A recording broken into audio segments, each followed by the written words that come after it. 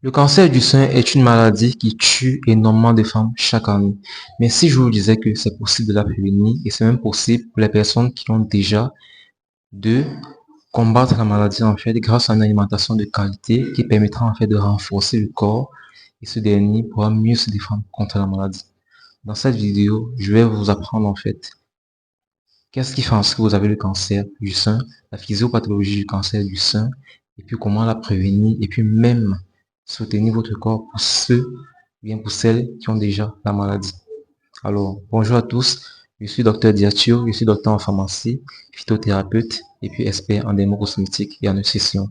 Donc, dans cette vidéo, je vais vous apprendre en fait les habitudes que vous faites chaque jour, même sans vous rendre compte en fait, qui peut vous faire en fait avoir un cancer du sein, ou alors qui peut favoriser un cancer du sein, et aussi, et plus important, les habitudes alimentaires adaptées, à adopter en fait dans votre vie de chaque jour pour éviter le cancer du sein, ou alors pour le combattre pour celles chez qui il est déjà installé. Alors, qu'est-ce que le cancer du sein? Le cancer du sein est une pathologie caractérisée en fait par des cellules au niveau du sein qui deviennent anormales. Dans un sein normal, les cellules en fait se multiplient de façon normale, mais à partir d'un certain moment donné, lorsque les cellules commencent à se développer de façon anarchique, on dit en fait que on est en train d'aller vers un cancer. Dans le plupart des cas, après le développement anarchique des cellules, cela devient une tumeur. Et ces cellules, en fait, cancéreuses vont se propager dans le corps à travers la circulation lymphatique bien sanguine, ce qu'on va appeler une métastase, et nous allons le voir plus tard. Alors, après la physiopathologie, nous allons voir quels sont les facteurs de risque, c'est-à-dire quels sont les facteurs qui font en sorte qu'on puisse avoir plus de risque en fait d'avoir un cancer du sein par rapport à une autre personne. Déjà, nous avons le sexe. On sait que être une femme prédispose plus à avoir un cancer du sein par rapport à être un homme. La preuve en est, les statistiques montrent qu'il y a beaucoup plus de femmes qui ont un cancer du sein par rapport aux hommes. Et c'est l'une des raisons pour lesquelles les gens pensent que les hommes n'ont pas de cancer du sein. Mais attention, les hommes aussi peuvent avoir un cancer du sein. Mais c'est vrai qu'il est plus présent chez les femmes car les femmes en fait produisent des hormones tels que les estrogènes et puis la progestérone qui facilitent en fait l'installation du cancer du sein. Comme autre facteur de risque, nous avons par exemple l'obésité. Plus on est obèse, plus on a des tissus adipeux. Or, les tissus adipeux, en fait, favorisent la production d'œstrogène dans le corps. Et puis, cet estrogène-là va favoriser aussi l'installation des cellules cancéreuses. Donc, faites l'effort de maintenir un poids santé en faisant par exemple du sport, en mangeant bien. Parce que plus vous avez un corps en fait bien adapté, plus vous avez un poids santé, c'est-à-dire un poids qui correspond à l'IMC normal de votre corps, moins il y a des risques en fait de faire un cancer du sein. Nous avons aussi par exemple le tabac. Les personnes qui fument sont plus prédisposées à avoir un cancer du sein. Donc, prière de faire l'effort de limiter ou bien de supprimer le tabac de vos habitudes. Nous avons aussi l'hérédité. Les personnes qui viennent des familles où il y a des personnes en fait qui ont déjà fait un cancer du sein, ou peut-être où il y a plus de personnes qui ont un cancer du sein. Par exemple, si votre soeur, votre maman ont fait un cancer du sein, il y a plus de chances que vous aussi, vous puissiez en faire plus tard. On dit que vous êtes prédisposé à avoir un cancer du sein. Donc, si dans votre entourage familial, il y a des personnes qui sont déjà atteintes, faites très attention à vous. Vraiment, faites très attention à vous. Parce que ça augmente les chances, en fait, malheureusement, de faire un cancer du sein. Il y a aussi l'âge. La plupart des femmes qui font un cancer du sein sont des femmes ménopausées et à un âge supérieur ou égal à 50 ans. Ouais, c'est comme ça. Ça arrive plus chez les personnes âgées, chez les personnes qui ont cet âge-là. C'est vrai que de nos jours, avec l'alimentation de mauvaise qualité et certaines fois, puis parfois en fait la médication qui n'est pas toujours très bien faite, on peut avoir des personnes plus jeunes qui font un cancer du sein, mais il faut le dire quand même que c'est plus chez les personnes de cet âge-là supérieur à 50 ans qu'on observe l'apparition des cancers du sein. Maintenant, nous avons aussi les personnes qui font moins d'activité physique. Ah oui. L'activité physique est très importante parce qu'elle permet de maintenir un poids santé et aussi elle permet le rééquilibrage des hormones dans le corps. Donc, moins vous faites d'activité physique, plus vous aurez en fait un poids élevé par rapport à la norme, donc vous serez obèse, vous allez produire plus d'œstrogène et moins l'équilibre des hormones dans votre corps sera rétabli. Donc, ça va en fait tendre à provoquer ou alors être un facteur de risque en fait dans le cancer du sein. On fait très attention à cela. Il y a aussi par exemple l'utilisation des produits cosmétiques ou bien des produits alimentaires contenant des pesticides, contenant en fait des éléments qui peuvent modifier le système endocrinien, qu'on appelle généralement, vous allez voir en fait généralement sur les bords des produits cosmétiques, on va mettre perturbateurs endocriniens. Ok? Donc si les produits que vous utilisez contiennent des perturbateurs endocriniens, vous pourrez plus avoir de risques à faire un cancer du sein parce que ces perturbateurs en fait peuvent mimer, d'accord, l'activité du système endocrinien dans le corps et puis produire en fait les hormones en quantité inadéquate. Et puis ces hormones-là, comme on a dit tout à l'heure, telles que les oestrogènes et puis les progestérones en fait vont augmenter le risque en fait de faire un cancer du sein. Maintenant, nous allons voir en fait les différents stades dans le cancer du sein parce que vous savez, le cancer du sein n'arrive pas directement à une métastase d'un coup, non. Ça commence progressivement en plusieurs stades. Du stade 0 au stade 4. Donc on a un stade 0, on a un stade 1, on a un stade 2, un stade 3 et puis finalement un stade 4. Le stade 4 est appelé métastase. C'est généralement à cette étape-là en fait que les cellules cancéreuses vont se propager dans les différentes parties du corps à travers la circulation lymphatique bien sanguine. Les parties du corps telles que les os, les autres organes tels que le foie, le rein et tout, et puis les bousées. Donc, cela va causer en fait, généralement dans le plupart des cas, une mort très douloureuse chez les personnes en fait qui arrivent à cette étape du cancer. Maintenant, nous allons voir en fait comment est-ce que l'alimentation peut soit détruire votre corps en favorisant les cancers du sein, soit en fait améliorer la qualité de votre santé. Il faut savoir que l'alimentation en fait est plus que ce que vous mangez juste pour vous rassasier. C'est une norme en fait, soit pour vous protéger contre les maladies ou alors qui peut aggraver les maladies lorsque vous mangez mal. Premièrement, nous allons voir les aliments que vous devez éviter pour prévenir le cancer du sein. Les aliments les plus répandus tels que par exemple les aliments gras, les aliments ultra transformés et puis les aliments sucrés contenant des sucres ajoutés qui malheureusement sont doux dans la bouche, c'est-à-dire c'est bon à manger mais c'est super mauvais pour la santé.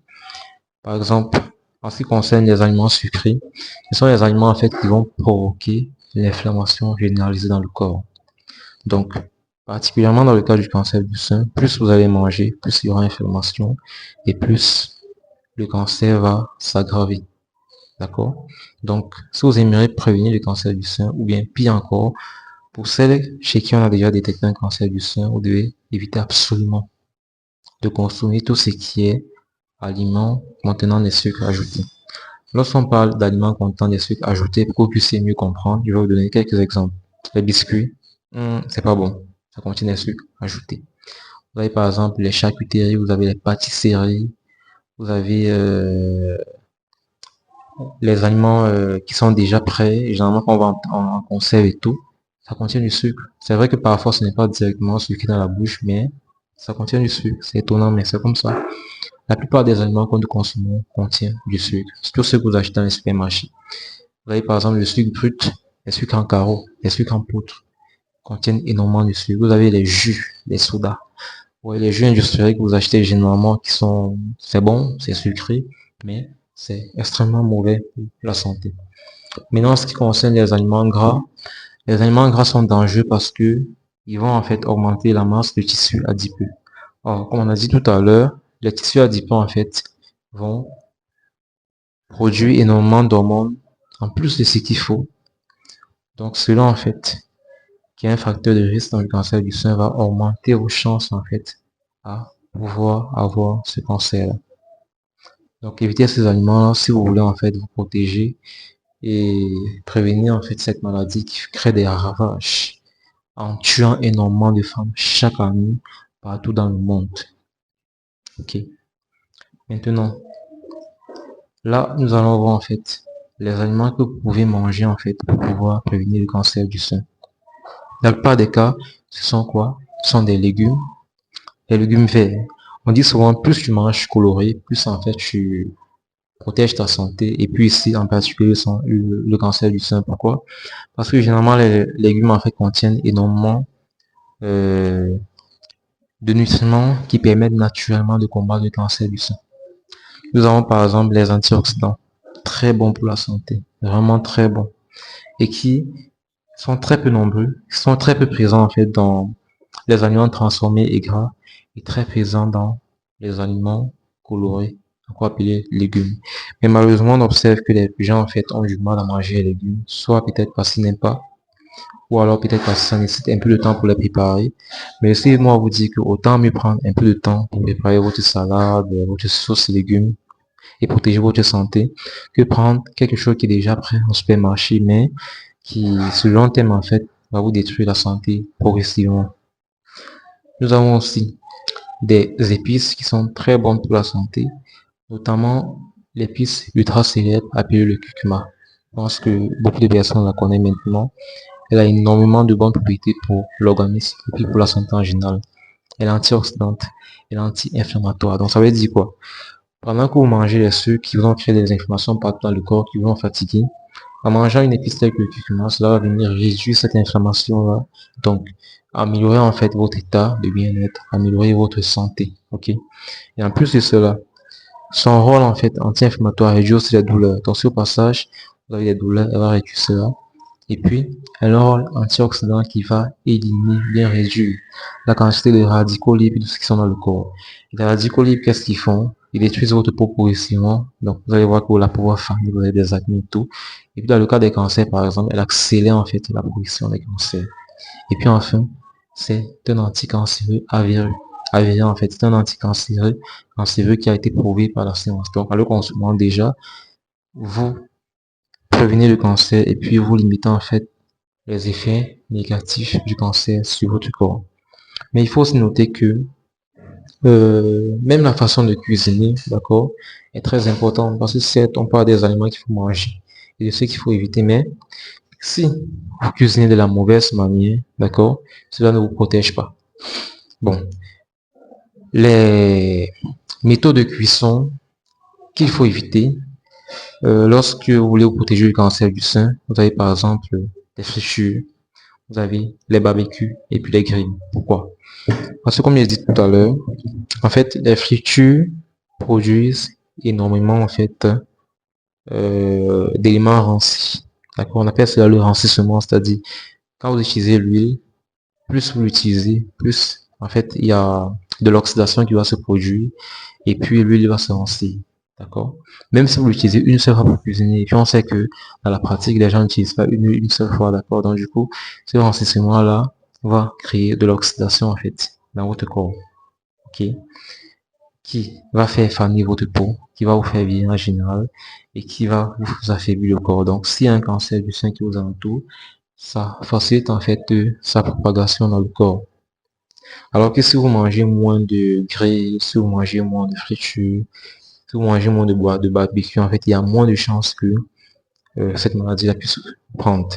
Maintenant, en ce qui concerne le barbecue, vous voyez, lorsque vous faites généralement le barbecue, avec le charbon, bien peu importe, il y a une odeur un peu noire là, comme du carbone qui va s'évaporer. D'accord? Ce sont des amis hétérocycliques. Ils sont très dangereux pour la santé. Ce sont des éléments cancérigènes. Donc, alors, qu'est-ce qu'il faut donc faire pour pouvoir bien manger, manger ce qu'on aime, tout en évitant en fait les méthodes en fait qui augmentent les risques d'avoir un cancer du sein. Vous pouvez par exemple opter pour des méthodes de cuisson plus, on va dire plus sécuritaires pour la santé, telles que par exemple la cuisson à la vapeur.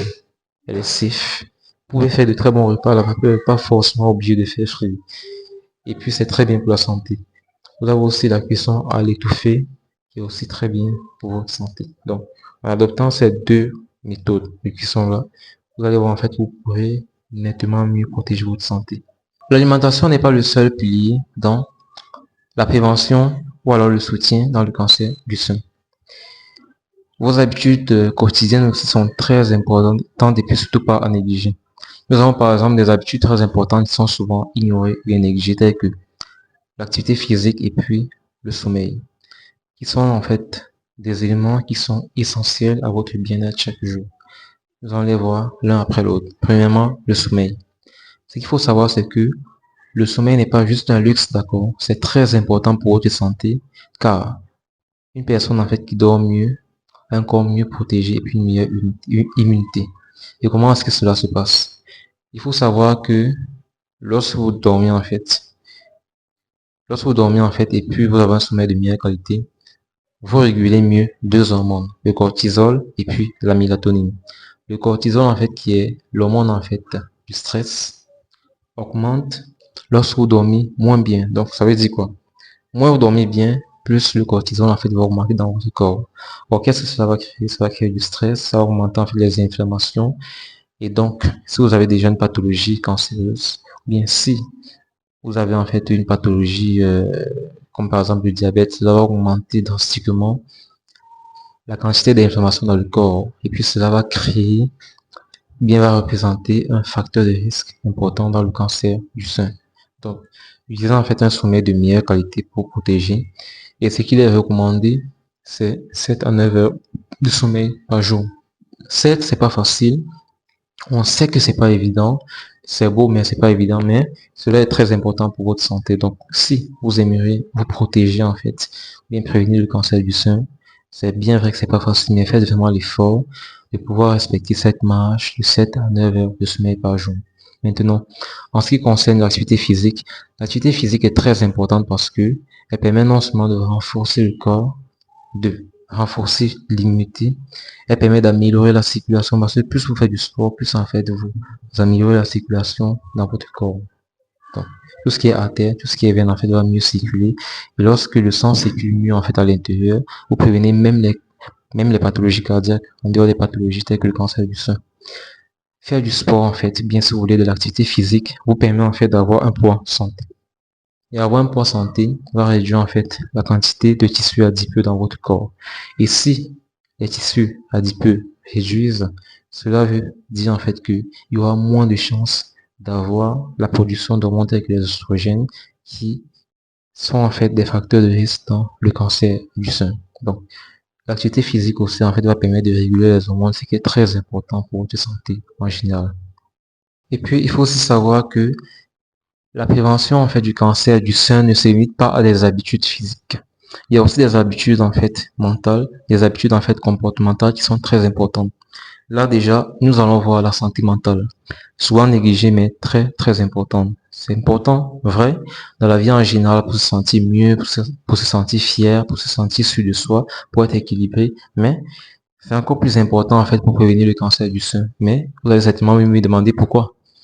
Parce que lorsqu'on a une santé mentale déséquilibrée, on va produire une grande quantité de cortisol. Donc, comme on l'a expliqué, le cortisol qui est l'hormone du stress va augmenter en fait l'inflammation dans le corps. Plus on est stressé, plus il y a des réactions inflammatoires qui vont se produire.